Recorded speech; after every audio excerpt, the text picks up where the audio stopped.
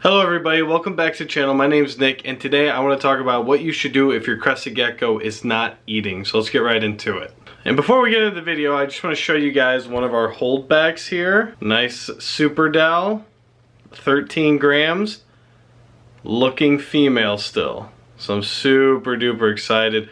Super dark base. I mean, just a really awesome little gecko. So hopefully it stays female. And we kind of get, you know, I have a Super Dowel male holdback as well, and they're unrelated, so it'd be super cool to pair these guys in a year or two. But anyway, on to the video. So the first thing that I would do if your crested gecko is not eating is I would go ahead and check your room temps.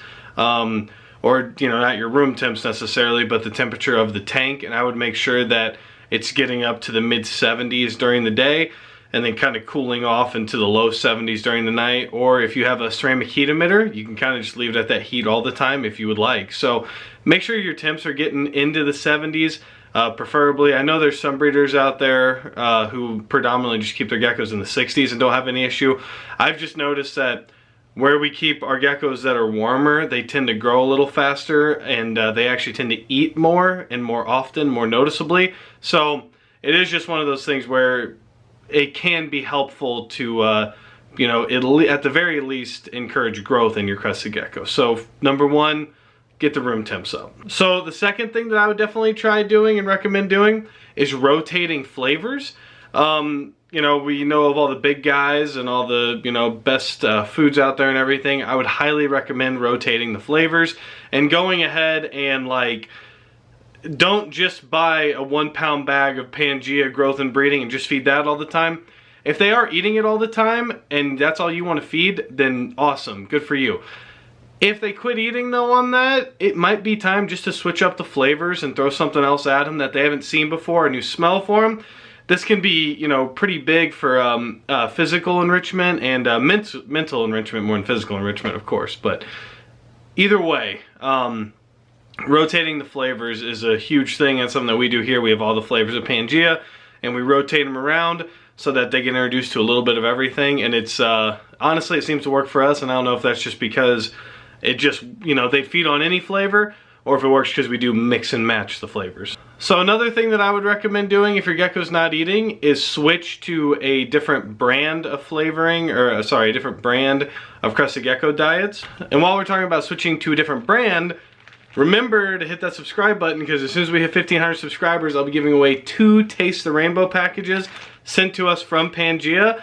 So go ahead, hit that subscribe button, hit that like button, just so everybody else sees it. All right, back to everything else. But anyway, if your gecko is not feeding on one flavor or any of the flavors, go ahead and maybe try a different brand of flavor. I know for us, we were using a different brand at first, and I was having a hard time getting some of our well, they're breeders now, but they were babies at the time. I was having a hard time getting them to eat a certain brand, and I switched over to Pangea, which was recommended to me by another breeder, and it worked like magic. I mean, it was like all of a sudden they were hitting on it.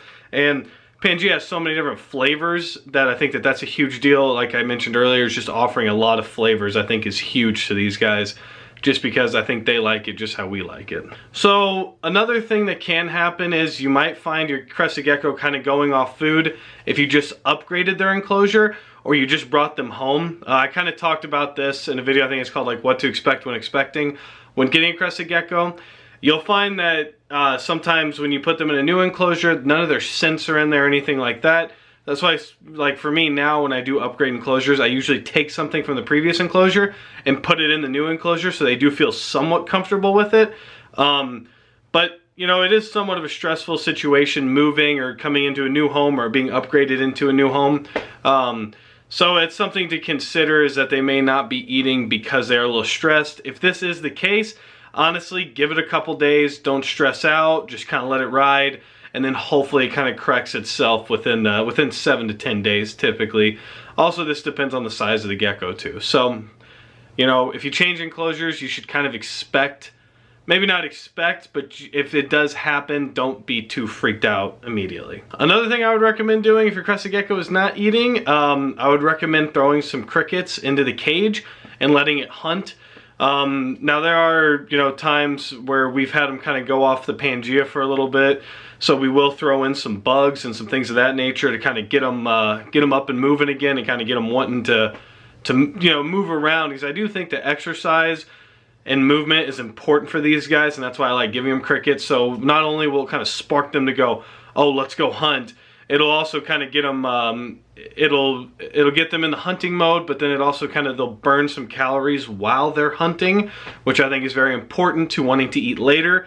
You know, if they're burning it and they're kind of running around, then they'll want to eat more later on. So that's definitely something to try, is just kind of get them moving. I wouldn't necessarily say get them out to hand walk as far as movement goes, because if my gecko's not eating, I really don't want to mess with her, you know, mess with him or her too much, because me handling them could be an added stress.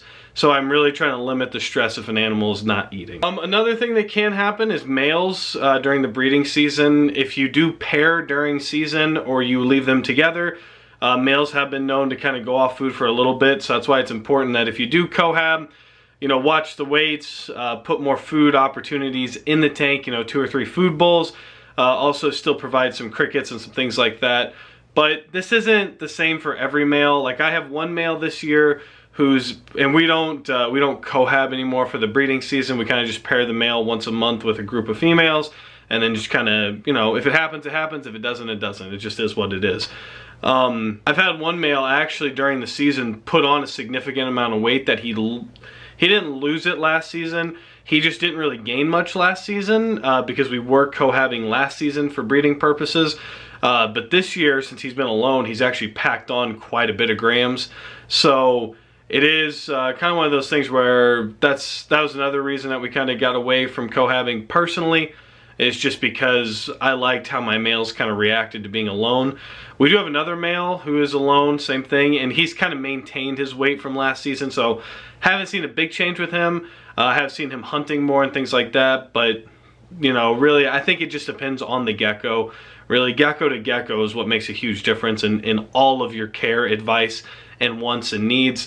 Some geckos do great together, some don't, so I guess that's kind of another side note to this. If you just bought 2 geckos and you house them together and you notice that one's not eating or one's outgrowing one, you need to separate the smaller of the 2 and kind of put them on their own. You know, some geckos, like I said, they'll do fine together, raised up their whole lives. Other ones, it won't last until they're 10 grams and they're fighting. So, you know, things happen. It is what it is. Go ahead and drop some name suggestions down below.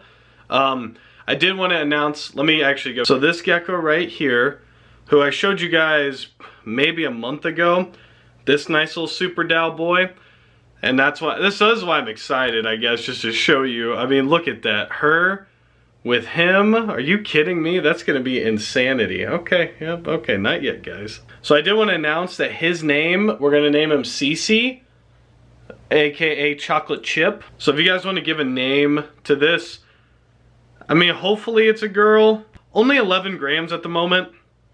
I'm sorry, 13 grams, but looking promising for a female. I really hope it's a female, because this would be just an absolutely awesome pairing. I would be very excited to do this pairing, because this is some super Dow babies. They're both very dark. I think it'd be really neat just to see what these guys kind of look like. This girl is, her mom is Pam. So, and the boy is not related to Pam at all. So hopefully we can actually breed him to Pam, and maybe, probably not next season, but the season after, just depending on her weight and how she bounces back. And then hopefully this girl, we can get her to him, you know, not this year, or not next year, but maybe hopefully the next year. So, be really, really neat. But anyway, that's gonna wrap up this video, guys. Remember to hit that subscribe button so we can give away some awesome, tasty Pangea here, and, you know, whenever we hit the goal, and I can send that to you guys. That'd be really cool. But until next time, guys, stay safe and stay positive.